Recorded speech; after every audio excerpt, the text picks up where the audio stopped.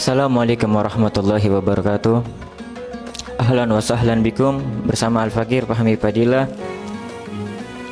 Ya ikhwan, mungkin kita telah mengetahui bahwasanya Allah Subhanahu wa taala itu pada bulan suci Ramadan membukakan pintu surganya Allah Subhanahu wa taala, dan begitu juga ditutup oleh Allah Subhanahu wa taala pintu neraka dan para syaitan dibelenggu. Itu yang dinyatakan oleh Nabi Muhammad SAW dalam hadisnya. Tapi ini adalah suatu pertanyaan yang kritis. Apa sih fungsinya Allah Subhanahu wa taala membuka pintu surganya? Apa fungsinya? Orang kita masih ada di dunia kok. Kita belum mengalami kematian.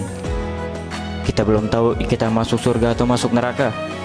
Tapi fungsinya apa? Nah, ini yang bakal saya bahas. Al-Imam Haytami dan begitu pula Imam Tabrani menyebutkan di dalam hadis yang panjang, tapi ringkasan di dalam hadis ini apa? Bahwa ketika Allah Subhanahu wa taala membukakan pintu surganya, itu hembusan angin segar yang menerpa daripada hambanya Allah Subhanahu wa taala yang ada di alam dunia ini, dia bakal merasakan kenikmatan di dalam ibadah, kenyamanan di dalam membaca Qur'annya, kenyamanan di dalam salat tarawihnya. Nah, itu adalah sesuatu apresiasi dari Allah Subhanahu wa taala buat kita. Kalau kita dapatkan di dalam diri kita bahwa kenikmatan tersebut, nah itu tuh kita dapat terpaan hembusan angin yang keluar dari surga yang Allah apresiasikan buat hambanya yang ada di dunia ini. Dan apa fungsinya juga pintu nerakanya Allah Subhanahu wa taala ditutup. Ketika pintu neraka Allah Subhanahu wa taala tutup, di situ semangat kita dalam maksiat berkurang. Semangat di dalam kita melakukan hal yang haram berkurang. Itu sesuatu apresiasi dari Allah Subhanahu wa taala pada bulan Ramadan ini. Dan fungsinya ketika para syaitan dibelenggu, kita akan tahu ini bahwa bulan Ramadan itu para setan-setan tuh dibelenggu.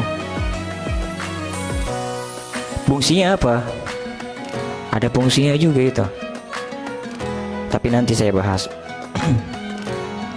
Dan ini ada sangkut pautnya dengan malam Lailatul Qadar.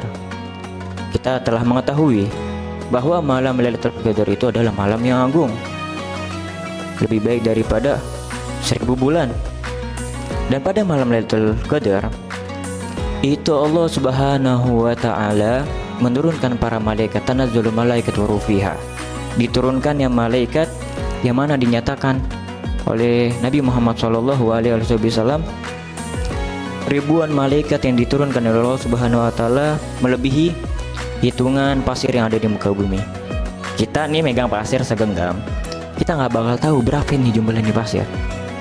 Tapi Allah Subhanahu wa taala menurunkan malaikat pada malam tersebut, ribuan malaikat, sebanyak jumlah hitungan pasir yang ada di muka bumi. Terus fungsinya apa? Fungsinya apa Allah Subhanahu wa taala menurunkan malaikat? Ada fungsinya. Apa kata Nabi Muhammad SAW?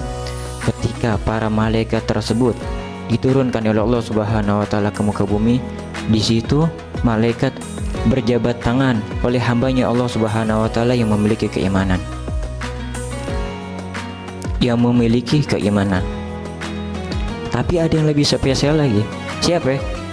Adalah orang yang dijabat tangannya oleh malaikat Jibril. Berarti tingkat keimanan seseorang di dalam segi ibadah itu berbeda-beda, sehingga ada yang mendapat jabatan tangan daripada malaikat Jibril.